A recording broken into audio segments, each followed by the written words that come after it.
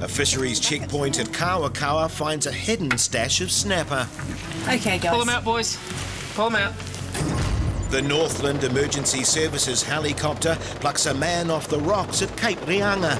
We need to get you out of here, buddy, obviously. At Invercargill, fishery officers are looking for power poachers around the Southland coast. One bloke still walking towards Ocean Beach. Yeah, guys, Ministry of Fisheries. Can you put the boat in neutral, please? We're just going to come alongside. It's a grey day on the Firth of Thames, and a fisheries patrol has just come across a group of fishermen whose boat had been seized the week before, after they'd been caught with far too many snapper at Kai-moana. You guys at Kai-moana Bay on Friday? Yeah. Spoke to my friend Shane? Yeah. Obviously, there's 5 people on board. They are legally allowed 45 snapper. After the Kai-moana seizure, the boat had been bonded back to the owner until a decision was made on the penalty. And on this occasion, there are no problems with their catch. Appreciate it. Thank you. But just 4 days before, at a checkpoint near Kai-moana, it had been a very different story. I'm Anna from Fisheries. We're just doing some inspections tonight. How was the fishing? Good. Yeah. Although, as fishery officers worked the checkpoint, everybody seemed to be sticking to the rules. So you know all the regulations with regard to your fish sizes and numbers and that sort of thing? Yeah. 27 snapper, 3 kahawai. Oh, and you've counted and one trevally. everything? Oh, good on you, okay. Go on, boys, jump in, go for it. Just in the chili bin in there, mate. So have you counted all the fish and everything yourself? And we measured did. yourself? We did have measured myself. Well, This is the missus' job, isn't it? so far so good, yeah. No, everybody's been compliant, which is good. That's what we like to see. Yeah, no, all good. A little quieter than what I had imagined, though, at this stage. The trickle of cars and boats continued through the afternoon, and the fishing had obviously been very good. 13. Righty-ho. So you're actually using bait? Apparently you don't even need to use bait out there. But with hardly any traffic coming through, doubts were being raised about the value of being there. I'm wondering if we might go down and have a look and see how many trailers are actually left down there, and then we might pull the pin and go to Half Moon Bay or something like that. As fewer and fewer boats came through, the possibility of moving grew. 8, 9, all good. But that was when Fisheries first came across the group that later meet on the Firth of Thames. We've got 5 on board. Okay. We'll just confirm that everybody... Okay, we've got heaps of fish here. Right. Okay. What did you use to measure the fish? I've got the thing there. On You the got a boat. board there? Yeah. Yep, okay. And you're aware of it? So you're aware of your size limits? And do you know how many... Do you know how many snapper everybody's allowed? 9 each. 9 each? Okay. We're going to find any problems? No. No. Sweet. With 5 people on board, these guys are allowed 45 snapper, and at first it doesn't look like there's any problem with the number of fish or the minimum size of 27 centimetres. That's a decent size, look at that. It's not bad at all. He's got the big lump on his head, he's an older one. He's an older one. You guys are going to have some work doing the gutting and filleting when you get home. But then Shane lifts the mat on the deck of the boat. 39.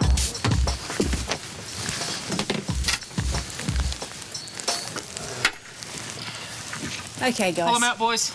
Pull them out.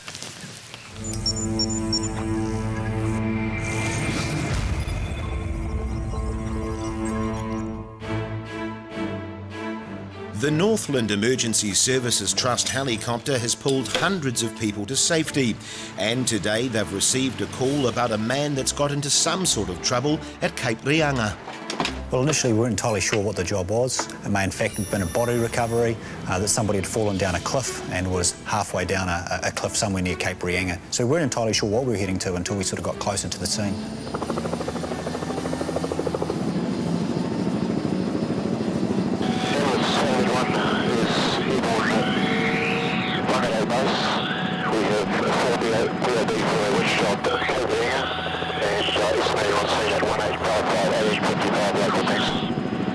Okay, Heli Mid 1 confirming destination Cape Reinga.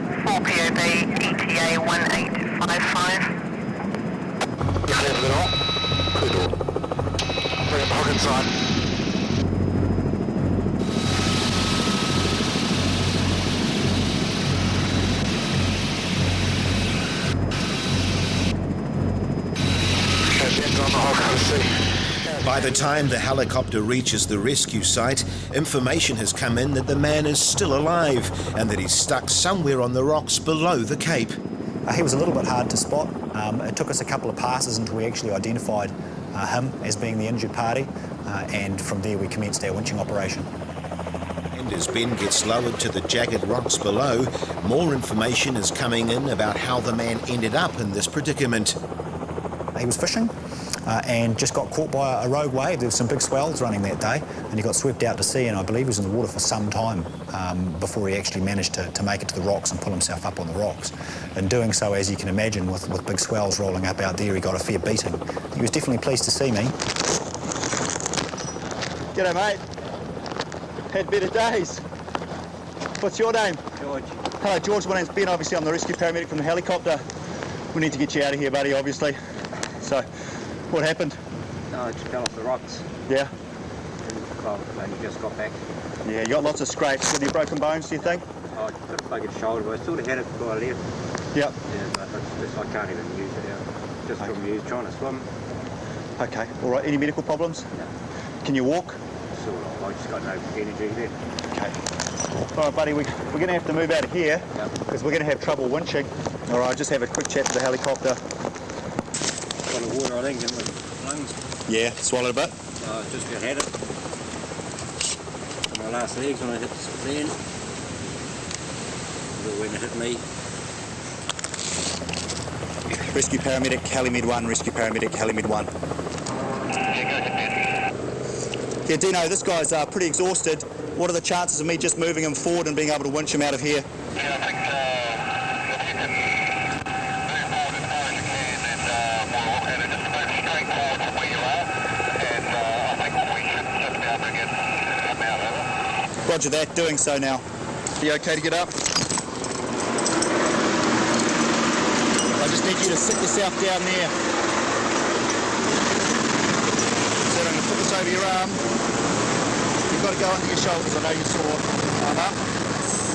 He'd been knocked around, he was definitely battered, cut and scraped and bruised, and it looked like he'd possibly dislocated or definitely injured one of his shoulders. But all in all, he was very lucky. In fact, he's lucky he wasn't killed. Okay. I need you to kick your legs down for me. Sit down and put your legs through the...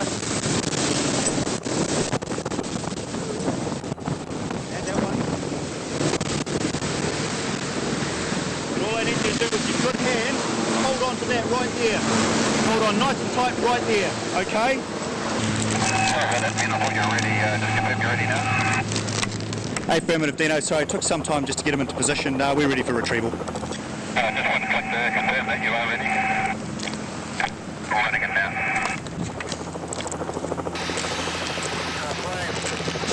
All right, mate. It's going to be a bit noisy. We'll get you out of here. You just have to hold on nice and tight, all right? Hold your position. Okay, and retrieving.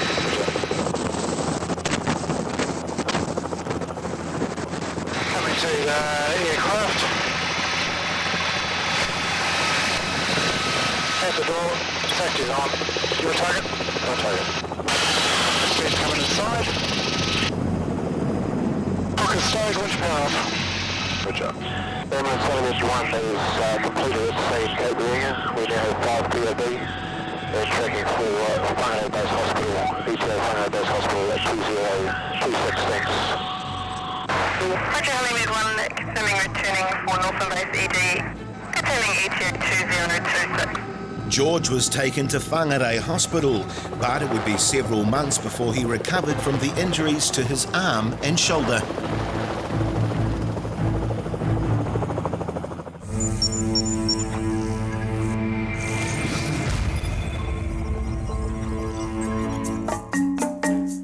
The Southland coastline is a renowned area for power, and today fishery officers are on the lookout for anybody that's taken anything they shouldn't have. We're out at Western Southland, we're on Oropuki Beach. We've got Pahi Point over here. We've just got one of our officers has gone in a unmarked vehicle and just assessing how many vehicles are in the area, if there's any diving activity. And what we'll do is set up a checkpoint or just check those people out when they come out. the other officers are heading around to another couple of localities around here. So we're just going to be following the low tide. It's spring tides at the moment, and they're pretty low. Tonight's a 0.3 metres, which is very, very low, and normally brings out a few people. Plenty of powers down there? The first people they come across are two guys who thought they were doing the right thing, but have got it mostly wrong. See that line there? Yeah. That's 125 mils there. Oh, yeah. Where that black line goes across, so you've got to take him to the shell. Oh, right to the shell? Yeah, so that's... No, he's just under, yeah. Oh, okay. We're just using the length of the blade or something? One's on the handle there, see? The mark on the handle there. Oh, from there? That one there's on the blade, see? Over here. Oh, they got a slick on there, so is it there? Yeah. We've got here's two guys that have stuck within their limits. They've taken 20 powers. Their claimers, they've used these tools here that they used to gather powers to measure them with.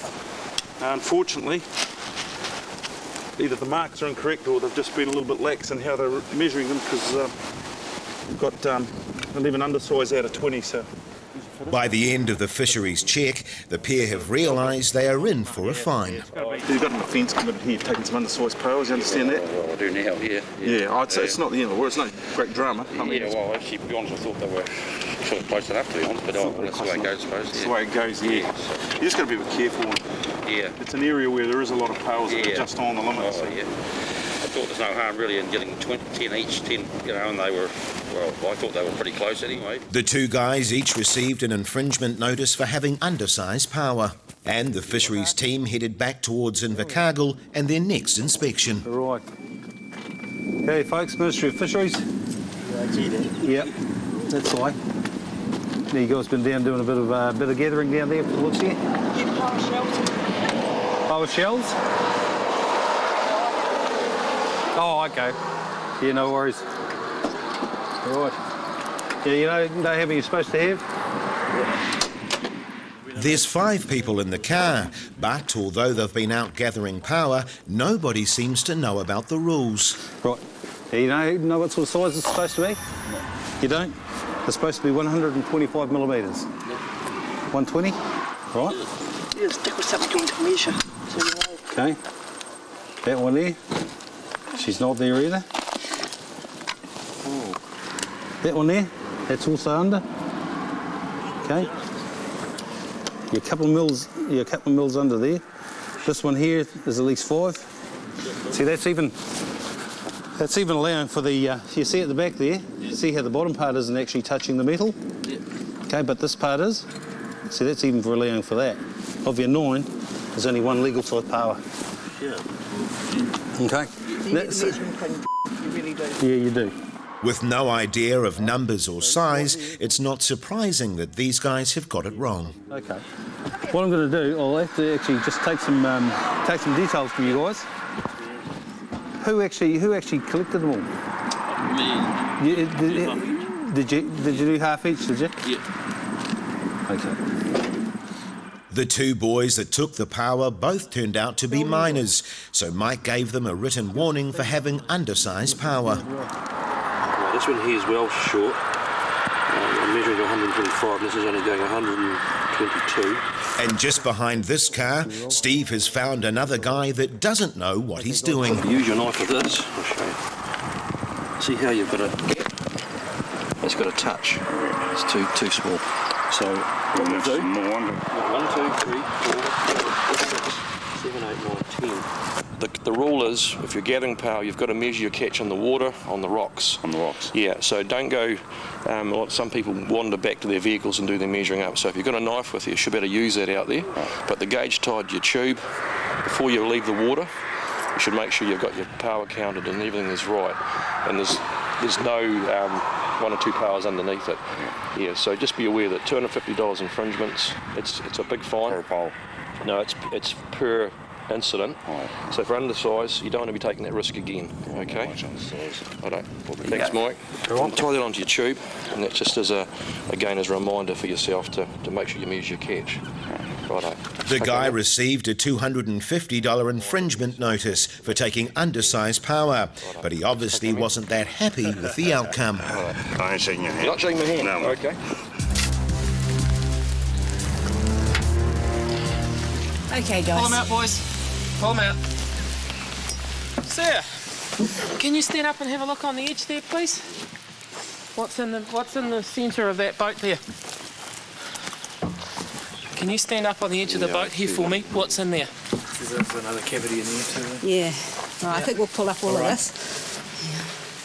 At a checkpoint near Kai-moana, fishery officers have stopped a boatload of fishermen, and what's been discovered hidden in the centre of the boat is far more fish than these guys are allowed. We're going to have a little bit of a count up, and what we'll do is we'll see if it's 3 times over the legal limit of fish here, then I'm actually entitled to seize their boat and take it back to the Ministry of Fisheries office. So we'll have a count up and a measure up, and we'll see what we've got. For the fishermen, this is all going to mean a long wait on the side of the road. We'll do a count up, take some photos, and then we can have a chat to everybody. I'll make it 99. All right. Have you got any questions for me at this stage? No? Okay. The count reaches 98 snapper and 1 kahawai, but it doesn't end there.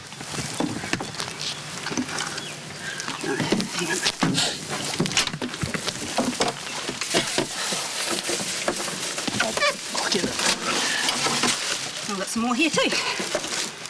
That's just a bit. Can we take a photo of that then? Yeah. So that's where it was in there. We've got the ones that were tucked away in the battery compartment.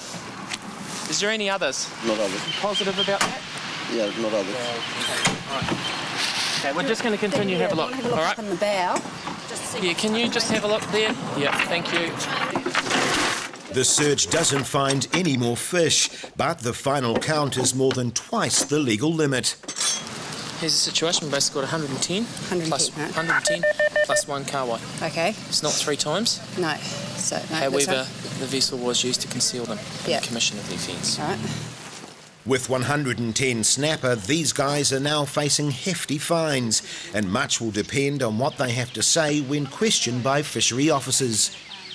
Do you know how many snapper you all caught today? It must have been a dozen. That's you're talking about just you? Yep. Okay, why did you have them concealed under the floor and in the locker where the battery is? And as darkness falls, the interviews reveal that nobody wants to take the blame. I didn't do it, I asked the skipper. So you're saying you didn't do that? No. Why did you put them in the boat? Why did you put them under there?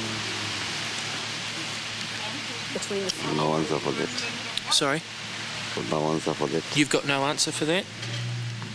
Were you trying to hide the fish? Huh? Were you trying to hide the fish, the snapper? Yeah. Yes. He's been very upfront. It's made the job a lot easier. Basically, he's admitted that they took the excess. He's admitted that he knew what they were doing. He knew that they weren't allowed them, and he couldn't answer why he'd concealed them or put them in the lower compartment and around the back of the battery there. So I'm just going to have a chat with my colleague. We've still got 2 others to interview. At this stage, unfortunately, it's looked like we may be taking the boat on this occasion because of the serious nature of it, the fact that it's concealed, and so we'll just see. My guy said that he's basically blaming the skipper. And that, yeah, he knew the rules as well, that it was 9. He reckoned he caught about a dozen fish. And the same thing, they were just going to split the catch between them. I'll just put the rods up under here. The reason that the boat is being seized, okay, is intent to hide, or intent to conceal, okay, and also the fact that we can't attribute who caught every single fish, okay. So, unfortunately, at this stage, the burden is with the skipper, the owner of the boat. What? With the boat on its way to the Auckland Fisheries office, there's only the tidying up to do, and that involves dealing with 110 snapper. And because health regulations prevent fisheries from distributing the fish, they'll all end up back in the sea. So what happens with the fish now is that we basically stab the swim bladder of them all, and they get dumped out at sea later on. We've taken photographs of it all, and generally judges don't like smelly fish in their courtrooms. In the end, Fisheries decided against taking the case to court, as the fishermen had less than 3 times the legal limit. But each of the men on board received a $500 infringement notice for taking excess snapper.